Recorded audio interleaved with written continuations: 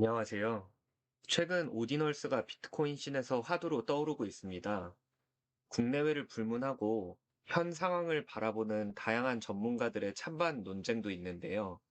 제 의견을 먼저 말씀드리기 전에 그럼 오디널스라는 것이 무엇인지 먼저 간단히 살펴보겠습니다. 오디널스를 한마디로 정리하면 사토시 속의 비트코인 거래 내용 외에 다른 데이터를 기록하는 것이라고 볼 수 있습니다. 한 개의 비트코인은 100만 개의 사토시로 이루어져 있고, 비트코인의 총 유통량은 2100만 개니까 기록 가능한 사토시는 총 21조 개가 있는 것이죠. 이 21조 개의 사토시를 순서대로 1, 2, 3, 4 이런 식으로 번호를 매깁니다.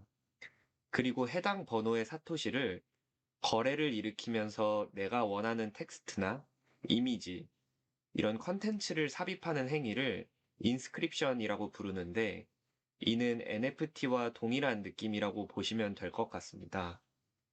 비트코이너들은 NFT라고 부르는 것을 좋아하지는 않는 것 같고, 인스크립션이라고 부르는 것 같습니다. 그런데 갑자기 이게 어떻게 가능해진 거냐? 사실 과거에도 짧은 문구를 넣는 것이 가능은 했습니다. 사토시는 비트코인 제네시스 블록에 아래와 같은 뉴스 기사 제목을 텍스트 형태로 넣었습니다. 위기에 처한 은행들을 위해 두 번째 구제금융을 영국 재무장관이 준비한다는 내용이죠. 비트코인은 탄생과 함께 제한적이나마 인스크립션이 가능했었고, 또 태생부터 현 금융 시스템을 비판하며 자유를 꿈꾸는 존재였습니다. 하지만 초기에는 이미지 파일을 넣을 정도로 큰 공간이 허용된 것은 아니었고, OP 리턴이라는 코드를 통해 80바이트, 핸드폰으로 보내는 문자 메시지 단문 정도의 길이 수준만 넣을 수 있었습니다. 그리고 초기에는 블록 사이즈의 용량도 제한적이었기 때문에 블록에 글귀를 넣는 행위는 그다지 대중적이지는 않았습니다. 그러다 2017년 블록 사이즈 워라는 사건이 터지면서 블록 사이즈를 1메가바이트에서 더 키울 것이냐 말 것이냐라는 논쟁이 촉발되었습니다. 여기서 블록 사이즈를 늘린 비트코인 캐시는 하드포크 되었고, 기존 비트코인은 세그윗이라는 소프트포크 업데이트를 하면서 블록에 담을 수 있는 데이터가 많아졌습니다. 이는 서명을 거래 기록 밖에서 관리하면서 가능해졌는데요. 이를 통해서 비트코인 캐시만큼은 아니더라도 더 많은 데이터를 저장 가능하게 되었습니다. 그리고 4년이 지나 2021년에는 템루트 업그레이드가 되었습니다. 템루트 업데이트에서는 서명을 생성하고 검증하는 과정이 개선되면서 보안성이 강화되었습니다.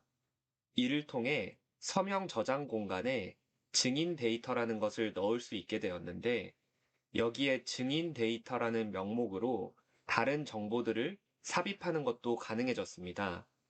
여기서 올디널스라는 개념이 등장하게 됩니다. 사토시 단위에 이미지와 같은 다른 데이터를 넣을 수 있지 않을까라는 아이디어였던 것이죠. 오디널스 개념이 소개되고 나서 2023년 2월 1일 블록 77만 4628번에서 룩소라는 마이닝 회사가 하나의 이미지로 꽉 찬 4메가바이트에 가까운 블록을 채굴하게 됩니다. 룩소는 NFT의 친화적인 마이닝 회사로 알려져 있습니다. 이 사건은 많은 비트코이너들에게 큰 충격을 주었습니다. 블록 안에 꼭 있어야 할 거래들이 저 그림 하나 때문에 담기지 못할 수도 있는 것이기 때문입니다. 비트코인에 인스크립션을 새기는 것에 대해 많은 비트코이너들은 찬성과 반대 의견을 펼쳤습니다. 문제 없다는 입장에서는 비트코인이 이제 디지털 금을 넘어 디지털 보석으로 진화하는 혁신이라고 주장했고, 비트코인 베이스 레이어의 신뢰를 기반으로 한 디지털 등기소의 역할을 할 것이라고 기대하였습니다. 반면 비트코인 오지인 아담백이나 샘슨 모, 지미송 등은 비트코인에 이런 쓰레기들을 넣기에는 블록 공간이 너무 아깝다고 의견을 제시하였습니다. 비트코인 코어 개발자였던 지미송이 얼마 전 트위터에 올린 설문이 좀 재밌었는데요. 해외의 많은 비트코이너들이 이제 찬반 논란을 넘어서서 이젠 막을 수 없기에 여기에 너무 신경 쓰지 않는다는 의견들이 많아진다는 점이었습니다. 여기서 저는 비트코인 생태계가 많이 성숙했다는 느낌을 받았습니다. 제 의견도 이와 비슷합니다. 사실 비트코인을 둘러싼 다양한 주장들이 존재합니다. 비트코인을 수호하기 위해 오디널스를 못하게 하는 캠페인을 하자던가, 불법으로 활용하거나 해킹을 자행하는 국가들의 주소를 차단하자던가, 나쁜 곳에 쓰였던 비트코인들은 거래를 금지시켜야 된다거나, 오랫동안 움직이지 않는 사토시나 고래들의 비트코인은 네트워크에 잠재적 위협이 되니 동결시켜야 된다거나 하는 다양한 주장들이 들리고 있습니다. 하지만 이러한 것들을 한 번이라도 허용하는 순간 비트코인의 중립성은 무너집니다. 비트코인을 검열하는 선례를 만드는 행위인 것이죠. 이 선례를 만들면 안 되는 이유는 무엇일까요? 우리가 잘 아는 스위프트 제재가 달러의 신뢰를 한순간에 빼앗아 버렸기 때문입니다. 한 번은 어렵지만 두 번은 쉽고 두 번, 세 번 사례가 쌓이고 나면 국가를 넘어 개인에게까지 이러한 중립성 위배 행위가 쉽게 일어날 수 있다는 느낌이 들게끔 만드는 것이기 때문입니다. 비트코인은 사실 신뢰 하나로 여기까지 왔고 중립성이 무너지는 순간 다른 알트코인과 다를 바 없어질 것입니다. 영국의 철학자 이사야 벌리는 자유를 두 개념으로 나누어 설명합니다.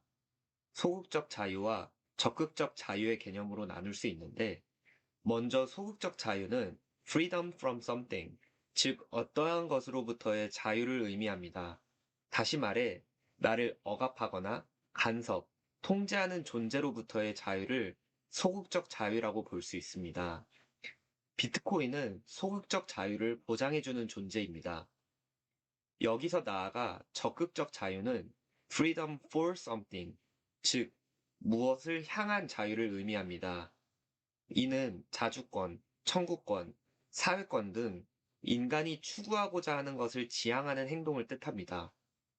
비트코인 맥시멀리스트들은 적극적 자유를 추구하고자 다소 강한 어조로 현 시스템을 비판하며 사회적 가치 실현을 위해 노력합니다. 또 필립 패티시라고 하는 철학자는 비지배 자유라는 개념을 소개하면서 하나의 사례를 드는데요. 만약 어떤 지배자가 자신의 노예에게 선의를 베풀어서 일시적으로 통제하거나 지배하고 있지 않는다면 이것은 진정으로 자유로운 것이라고 볼 수 있는가? 라는 질문입니다. 이 노예는 사실 매우 럭키한 상태인 거죠. 운 좋은 자유라는 것입니다. 여기서 비지배의 자유란 지배받지 아니할 자유라는 것이고 이것이 자유라는 개념을 더욱 풍성하게 만든다는 점을 필립 패티시 주장했습니다. 간섭받지 아니할 자유가 자유의 모든 것이라고 주장하는 필립 패티시의 사상이 관철되는 세상이 도래하기는 매우 어려워 보입니다. 그러나 비트코인은 여기서 한 줄기 희망이 될 수 있다고 생각합니다. 마지막으로 제 의견을 정리하겠습니다. 비트코인은 자유입니다. 소극적 자유든 적극적 자유든 비트코인은 우리에게 자유를 허락하였고 이 자유 속에서 우리는 다양성도 물론 존중해야 합니다. 그러나 꼭 지켜야 할 약속과 본질이 있습니다. 그건 비트코인의 제한된 2100만 개의 발행량, 그리고 POW 채굴을 통한 합의 알고리즘, 그리고 탑다운 리더십이 아닌 바텀업 리더십, 이것들은 절대 건드리거나 왜곡되면 안 될 것입니다. 본질에는 일치를, 비본질에는 관용을, 그리고 모든 일에는 사랑을, 이라는 격언을 다시금 새겼으면 하는 시기입니다. 시청해주셔서 감사합니다.